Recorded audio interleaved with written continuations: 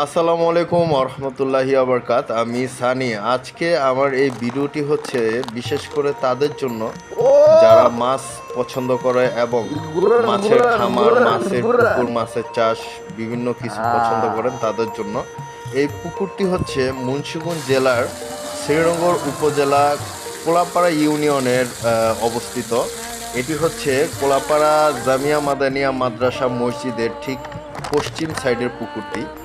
এই পুকুরটিতে আমার বন্ধু কাজল দীর্ঘ অনেক বছর যাবৎ এই মাছের চাষ করে যাচ্ছে, মাশাল্লাহ।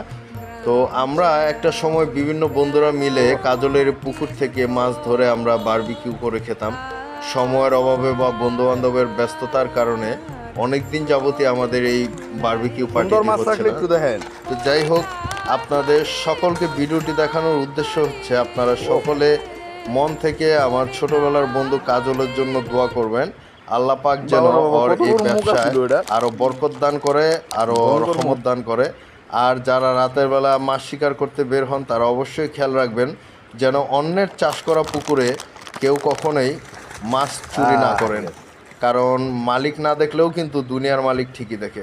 সকলে ভালো থাকবেন। আল্লাহ হাফেজ। আসসালামু আলাইকুম ওয়া রাহমাতুল্লাহি ওয়া বারাকাতুহু। পূর্বপাড়ার কাজলের মৎস্য খামার মালটা এইখানেই আছে। এই যে